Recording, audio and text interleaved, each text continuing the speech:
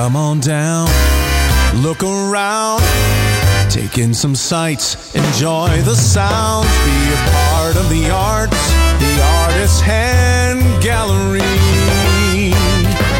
Hello, and welcome back to the Artist Hand Gallery Something Cool podcast. I'm here this evening with my right-hand woman, Miss Maddie Jones, and our guest this afternoon is Miss Alexis Hay. Now, I have the privilege of knowing Miss Alexis because outside of the fact that she is here as an arts appreciator, an arts patron, she is also one of our top-notch baristas here at the Artist's Hand. But she's here tonight to talk to us about art and her interest in art and her love of art here at the Artist's Hand. So very quickly, Alexis, the reason that we've invited you tonight mostly is because you're a younger person who has an interest in art. And many of our artists are older folks who are retired. Several of our patrons are professionals, people who are well along in their careers and able to buy art. And so we were curious as to what folks like you in your age bracket thought about art. So how do you see the arts in Indiana? The arts in Indiana are just so different from anything I've experienced before. I grew up in a small town, so I had very little, I wasn't really around art that much. Visual art, I guess. So when I got to Indiana, it was really new to me. So I had an appreciation for art, but it grew exponentially when I got here, especially when I visited the Artist's Hand and started working here. And when I started meeting the artists and really learning the background of the art and the artists themselves is really when my curiosity bloomed and where my appreciation grew so much. Surely coming to Indiana was not your first exposure to particularly the visual arts. Did you have art in school, in high school? We did. We had art in elementary school. I had a really great art teacher, and she was very passionate, and she had a really interesting design, and just herself, her personality really shined through her art. But when we got into high school, we only got one art class in 7th grade, and it was for 1 quarter, and then after that, I think they offered maybe one class, but that was it. It was really limited. I mean, I had exposure to performing arts, which was, lovely and it was wonderful, but visual art and kind of exploring that myself, I didn't really get a really big chance for that. Well, let's go back to what you just said about exposure to performing arts, because you are a student here at IUP, correct? Mm-hmm. Yes. And what is your major? I am a musical theater major. I'm a senior. Yes, just a couple of weeks, right? Weeks. Oh my gosh. Days. Oh my gosh, it's coming. It's 23 days away, I think. Okay. Wow, okay. You really put me in my place right there. That's fun.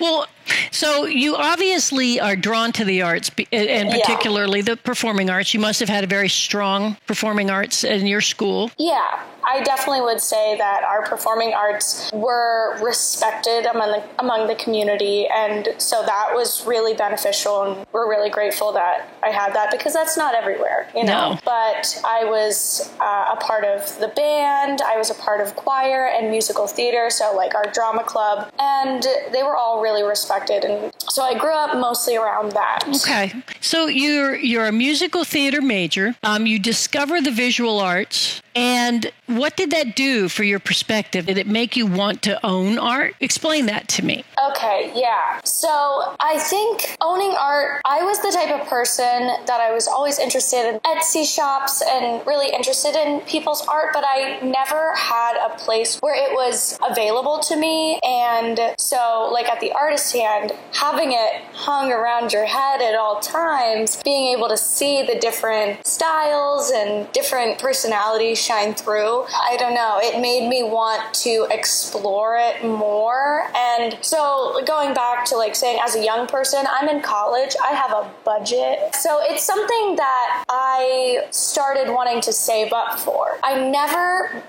thought that I was going to be saving up for pieces of art, not because I didn't want to, but just because I didn't think I could. But I think my growing appreciation for it and having it around, knowing I have the availability to see it and touch it and have the ability to get it, I was like, oh, I have to have one of these. I started saving by getting an arts account through the Artist Hand. And so I chose the smallest amount you can do every month, which is $10. For me, that's really nothing in the scope of a month where I would be spending that on coffee or a new shirt, which I don't need. But if I can just have that taken out, and sometimes when I come in here, I'll ask Maddie or I'll ask you, Sandy, and say, how much do I have right now? And after 8 months, I got $80 in my account. And, that really adds up, and I could get a really nice piece of art. And the IUP Museum Show came in. That was astonishing to me. I was so excited. There are so many brilliant pieces for such a small price. It stunned me. I got my first piece of large art. I've bought pottery before, and I love pottery. I think it's really interesting. But my first piece of wall art, I guess, and that was so exciting. So talk about that a little bit. You came in, and like you said, the museum show is here, and they are having a show to clear out their inventory, and they're calling it From Our Walls to Yours. And they really do have the work priced incredibly reasonably. And so you came into work one day, and what happened? I came into work, and I saw the new show, and I helped someone he came in, and he got 3 pieces of art. I was like, wow, he got 3 pieces of art. I noticed that some of the prices were $50 and under, some at even like $20. So I started really thinking, I was like, well, I have money in my arts account, and it's really reasonably priced, so I'm gonna have to grab it up. And I found a really, really beautiful piece of art by David Skeggs, I believe. It's called Anniversary, and it was a ginormous painting. It was huge, and it was so stunning. It is stunning. There's lots of really beautiful, like royal purples and light yellows. It's kind of abstract. Sure. So I was like, I have to have this. And I saw it was $40. Are you kidding me?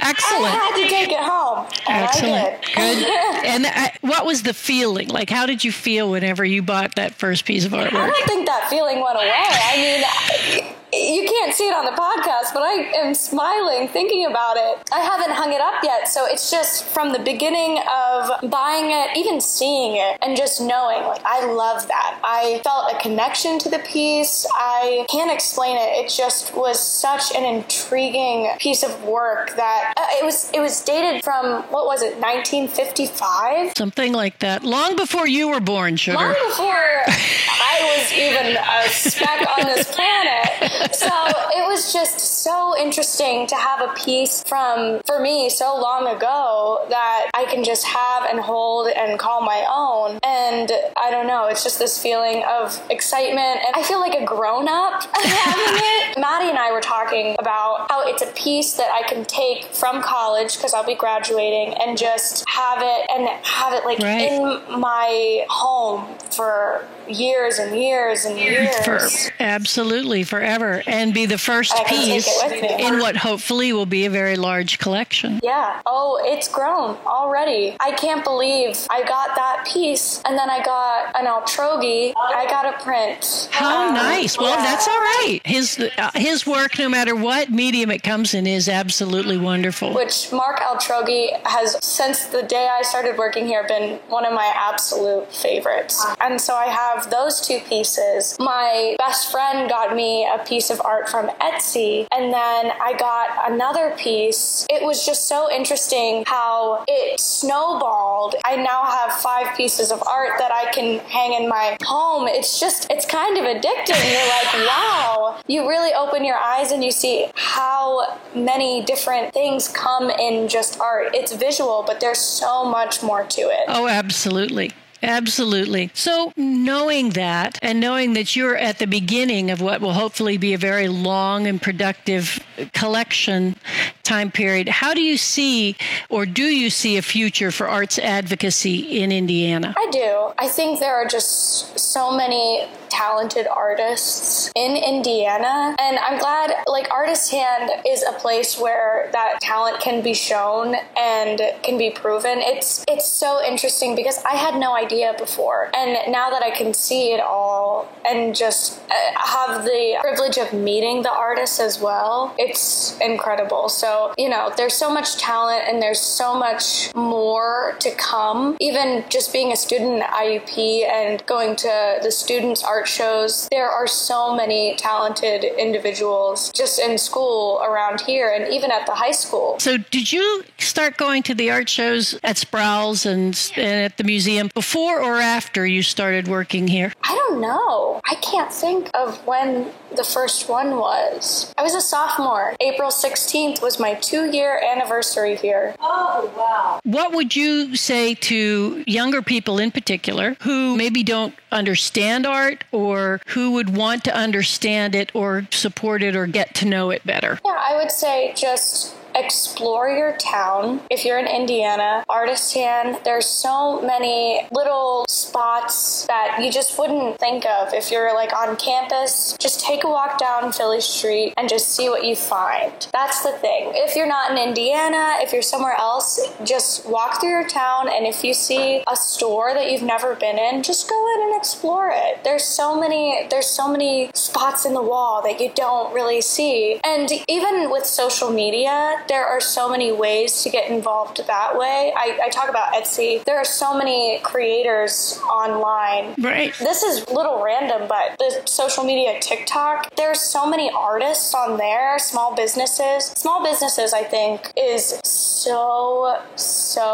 fantastic in so many different ways, because if you're buying from a small business, you're really helping out a family or people in general, and artists, you know, themselves are small businesses. And sure. And I think that's really good advice of just explore, because there's, you know, I don't think that the folks who lived in Indiana County had any idea the depth of art making that was going on in this county until the Artist Hand came along. I don't think they knew even regionally how many people are making art just for the enjoyment of making art, not even necessarily to sell it. And so the advice to get out and explore and find out what's going on is very, very good advice. Yeah, and another thing that I've learned, and even not selling art or buying art, but just even making art, there's been so many artists that I've met here that they're just like, yeah, I just randomly started a couple of years ago. And then I see their work and it's like, I would never assume that. I would never assume that you just started on a whim. And so, you know, even me,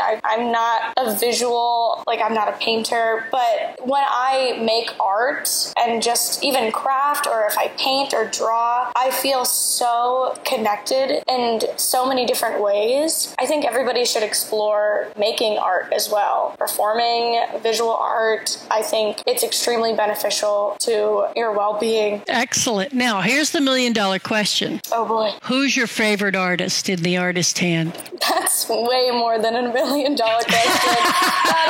That is so difficult. Do you have a couple of favorites?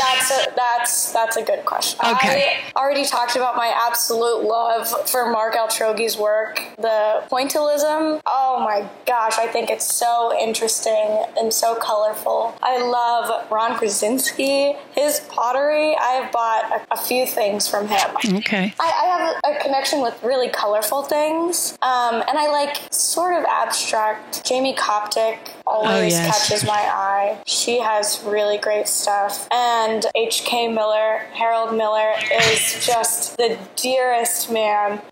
His work is phenomenal, and he is an angel among this earth. Harold and Susan are just lovely, lovely people. Is it important to you that you know the artists? Does that help? It helps a lot. And it gives you this really interesting understanding of where their art is coming from, why they do what they do, the style, or if someone's drawing houses, if someone is doing figure drawing, why are they doing those things? It's really cool when they come in and we can talk about that, because I learned so much more about them. Absolutely. Well, I'm going to turn you over to Maddie now, because I understand she has a really fun game to play with you. Ooh. So in every podcast, I set up a game, and this game is very simple, but it's called Alexis's Menu. Ew, that's so silly. So you invent a lot of drinks for the Artist's Hand. I try. Brand new drinks and menu items, such as the Alexis's Cheer Me Up Latte, which has been a favorite of 2020. So, Alexis, what is your favorite go-to coffee order? My favorite go-to coffee order really changes. I have two that I've been going in between. So the honeybee latte I created, and Lynn helped me name it. It was so good with lavender, honey, and a little dash of vanilla. And Maddie's morning pancakes with a dash of banana. So yummy. Both of those are so good. You know, we taste a lot of coffee as baristas. What is your go-to coffee brew from Commonplace that we brew here? My go-to is Ciba. It is kind of has a chocolatey note in it, which I really like. That one's awesome. What is your go-to tea order? My go-to tea is Foxtrot. I love Foxtrot, and I add a shot of vanilla bean or French vanilla syrup to it to sweeten it up. That one's great. Super soothing. It has a vanilla and peppermint taste with chamomile, I believe, and it's really nice and light. I think it's kind of creamy as a tea. I think that is the kind of mouthfeel for it. Yeah. I know that one's really popular too because it's also not caffeinated. Calming tea for sure. What's your go-to panini order? My go-to panini is the Lucky Hands. Used to be Dolly Clocks, but when our good friend Will decided that we needed an Italian sandwich, we got the Lucky Hands panini, and my dreams came true. It was so delicious. It has salami, ham, provolone, and banana peppers. It is just so scrumptious, and it's on ciabatta bread. I feel like those ciabatta rolls feel like you're eating a whole loaf of bread in the best way possible. It really does. It's so fluffy and so good, but I'm really excited for the breakfast paninis. I've gotten to taste test all of them, and when I tell you they are going to be a hit. Do you want to say which one is your favorite? It's on challah bread, and it has cream cheese spread and raspberry preserves, and it is just such a perfect combination. It's creamy, and there's a little bit of a tart, sweet taste from the raspberry, and it's just, it's so delicious. If you had to associate a coffee or espresso bar drink or order with the current show, what would you do? If it was exclusively inspired by IUP Goes Downtown? Oh my gosh, IUP Goes Downtown. Oh, it's so complex. Let me think this through. It's such a complex show with very reasonable prices. I'm going to say a good shot of espresso. It's simple, it's complex, there are so many elements of it, it's cheap, but there's just a good shot of espresso that is done right, it tells a whole story. And I think from our walls to your home, I think it tells a complete story as well. So many ins and outs. Yeah, amazing. If you could associate a song with a drink, what's the song and what's the drink? Oh my Lord. Oh, that's hard. You could my take gosh. it from the Artist Hand radio if you wanted to, but you don't have to. It could be a random song. I mean, I know you've joked about making a Spotify playlist that is the Artist Hand. Oh, yeah. You never know. You never know what could happen. Let's think. So I'm going to say the song that really gets me so excited when it comes on and I'm working behind the bar, Beasts of Burden comes on, and it gets me so happy. I'm trying to think of what drink. It is just my Artist Hand song. That's my Artist Hand song. And I'm trying to think of, I don't know, like a nice drip coffee. I'm also thinking of Americano because that's one of my favorite drinks. And I'm always drinking like Americano when Beasts of Burden comes on. Americano is, I think, one of the best drinks in the world. So it's like a shot of chocolate at the bottom, and then it's layered with a shot of espresso. And then on top of the espresso is just small amount of steamed milk with cocoa powder on top. It is a treat. It is a true treat. So you will likely catch me drinking that on a cool day. While listening to Beast of Burden. So, yeah. I love it. If you had to build a drink for your best friend, what would it be? Oh, man. Well, I have been really obsessed with Maddie's Morning Pancakes and just adding banana syrup to it and calling it Making Banana Pancakes by Jack Johnson. Shout out Jack Johnson. So I think my best friend deserves that drink on a good morning. With regular milk or oat milk? Oat milk, 1,000%. Because banana pancakes, if you don't know how to make banana pancakes, it's banana and oats. There you have it. And maple syrup. So, yeah, it's really just perfect. Now, the Artist Hand aside, if you had a dinner party, I know you dream about having amazing dinner parties with cheese and wine. So what would you serve at this dinner party? I do. I love cheese and wine. I would have a charcuterie board. Everyone who knows me knows I love a good charcuterie board. And if I don't say so myself, I can make a good one.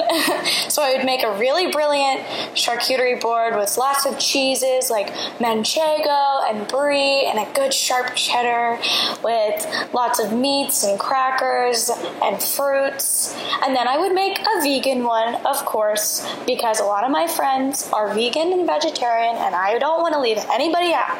So I would make a vegan one as well. And then I would make pasta, because pasta is truly just what makes me so happy. So I would probably have a pasta bar. So build your own pasta, but make it super fancy. I can make a good pasta as well. A nice spicy vodka pasta or fettuccine alfredo. Those are some of my favorites.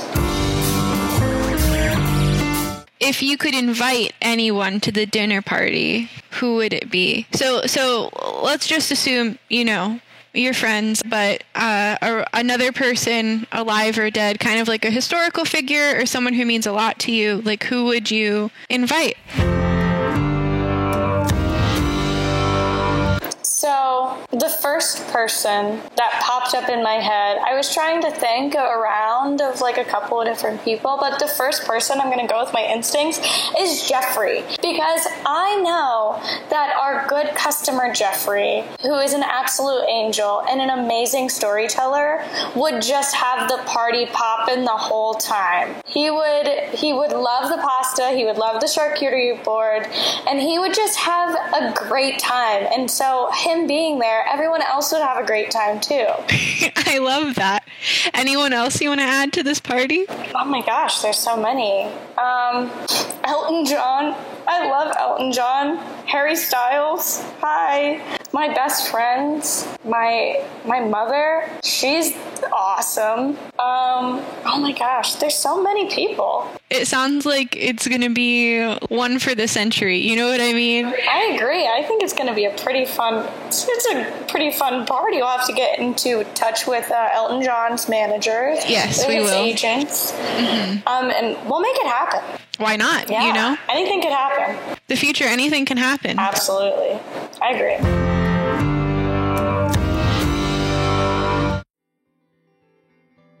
The next art show is the Indiana High Senior Show from April 29th to May 22nd. The students have chosen the title, Art Can Change Everything. Featuring their perspective in the world, we are excited for this exhibit, so stay tuned. As some listeners may know, we have paninis that have been very popular for lunch, or even breakfast sometimes. So we are expanding our menu to also have the tea time paninis, similar and simpler, like cream cheese and jelly, ham and cheese, or Nutella and banana, perfect for breakfast, studying, or if you're just kinda hungry.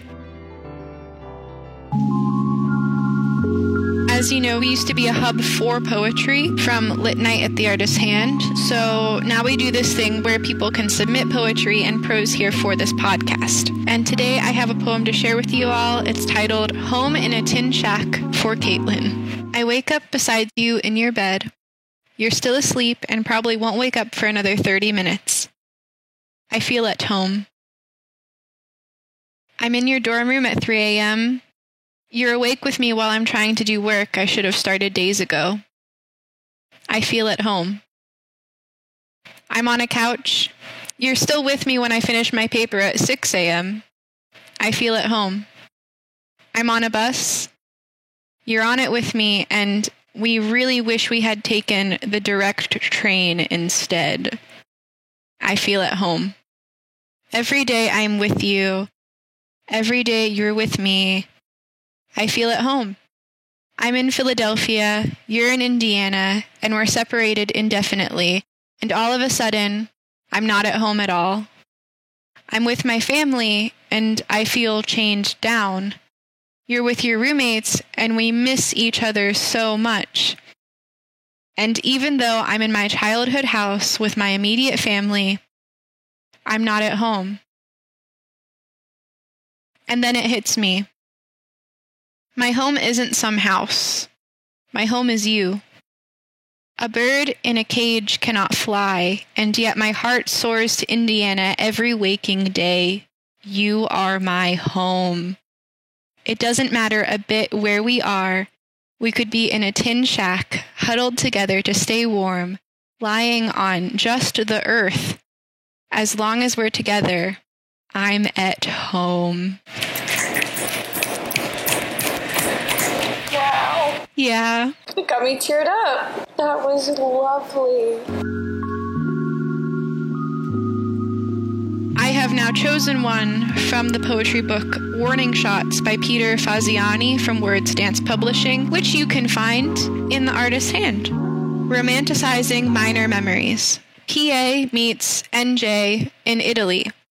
A church trip, anything but missionary. The best imitation of love, like a rom-com, moments before sunrise, before sunset, before midnight, where all the things happen except at best he's only Ethan Hawke in Assault on Precinct 13, not Dead Poets Society, and she's not Julie Delpy. After a fistful of summer gin and tonics, opens up about an emotional vacancy because she's been missing since she ended the road trips and long-distance phone bills, AT&T's VIP customers, and nights on the hood of that old car after his 17th birthday, under Pennsylvania moonlight in true Hollywood fashion. An infidelity represented in countless whiskey bottles collected above kitchen cupboards. Dreams of reignited the recycled heat back into the monastery hearts, naked beneath the rebel, broken and rebuilt, perfect period architecture, ink tapestries injected in the walls to hide the scars.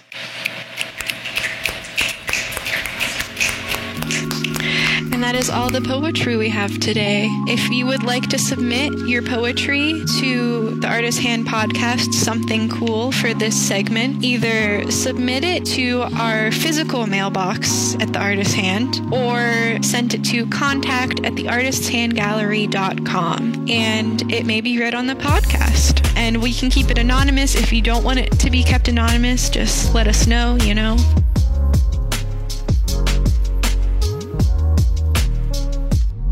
Thanks for joining us, Alexis. Thank you so much for having me. It was awesome. And I just appreciate you coming in this evening, and I'm just so glad that you're here and that you're talking to us about art. But most importantly, I'm really excited that you have fallen in love with collecting art and that you have established a put together collection already. And I hope it's an encouragement to other young people in the community to get off campus, to get out of the high school, and to take a walk downtown. Thank you for having me. Thank you. And we will see you when I come back on Wednesday. Awesome. See you then. Yay! Yeah, something cool, something bold.